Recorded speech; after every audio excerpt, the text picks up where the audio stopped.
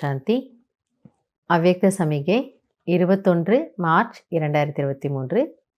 இன்னைக்கு பாபா என்ன சொல்கிறாருன்னா, अभी तुम बच्चे बेगमपुर के बादशाह हो और सर्व शक्तियों की प्राप्ति है, लेकिन अगर कोई न कोई संगदोष व कोई कर्मेंद्रियों के वशीभूत हो अपनी शक्ति को लेते हो तो जो बेगमपुर का नशा व खुशी प्राप्त है वो स्वतः ही खो जाती है. பாபா என்ன சொல்கிறார்னா, உண்மையிலேயே குழந்தைகளாகிய நீங்கள் அந்த ஒரு கவலையற்ற உலகத்தினுடைய கவலையற்ற நாட்டினுடைய மகாராஜாக்கள். அதாவது பாபா நம்மை கவலையற்றவர்களாக வைத்திருக்கிறார். ஏனென்றால் சர்வ சக்திகளையும் நமக்கு கொடுத்திருக்கிறார். அப்போ எந்த மாதிரியான சூழ்நிலை வந்தாலும் அதை எதிர்நோக்கக்கூடிய, அதை எப்படி நம்ம கையாளணும் அப்படின்னு கூடிய ஞானத்தையும் நமக்கு கொடுத்திருக்கிறாரு.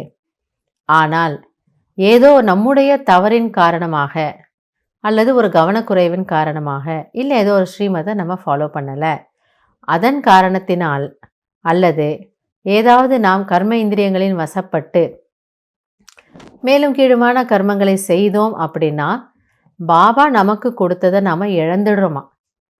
ஸோ கொடுக்க வேண்டியவர் கொடுத்திருக்கிறாரு, ஆனால் அதை தக்க வைத்து கொள்வது, அதற்கு தகுதியானவராக நாம் ஆக்கிக்கொள்வது நம்முடைய பொறுப்பு. ஸோ நம்முடைய ஒரு கவனக்குறைவின் காரணமாக நம்ம இந்த போல காரியங்கள் செய்யும் பொழுது அந்த சக்திகளை, அந்த பிராப்திகளை இழந்துடுறோம். அப்போ நமக்கும் பாபாவுக்கும் இருக்கக்கூடிய கனெக்ஷன் கட் ஆகிடுது. அப்போ என்ன ஆகுது, அவர் கவலையற்றவராக இருங்கங்கிறாரு, ஆனால் நம்மால் இருக்க முடியல. ஏன்னா அந்த தவறு நம்மை கவலைப்பட வைக்கிது, நம்முடைய குஷியை அது திருடிட்டு போயிடுதான். इसलिए मैं अष्ट शक्ति स्वरूप बेगमपुर का बादशाह हूँ. அதனால் பாபா நமக்கு கவனம் கொடுக்கிறாரு.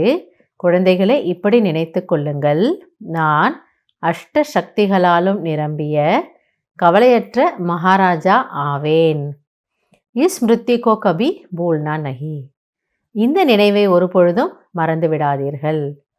ஸோ நம்முடைய ஒரே வேலை, அவர் என்ன சொல்கிறாரோ அந்த ஸ்ரீமத்திற்கு உட்பட்டு நடக்க வேண்டும்.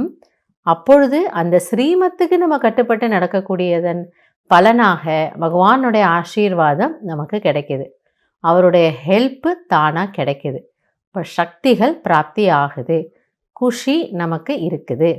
எனவே இந்த நினைவை மறக்காதீங்க. அஷ்டசக்திகள் நிரம்பிய, சர்வ பிராப்திகளும் நிரம்பிய பரமாத்மாவினுடைய குழந்தை நான்.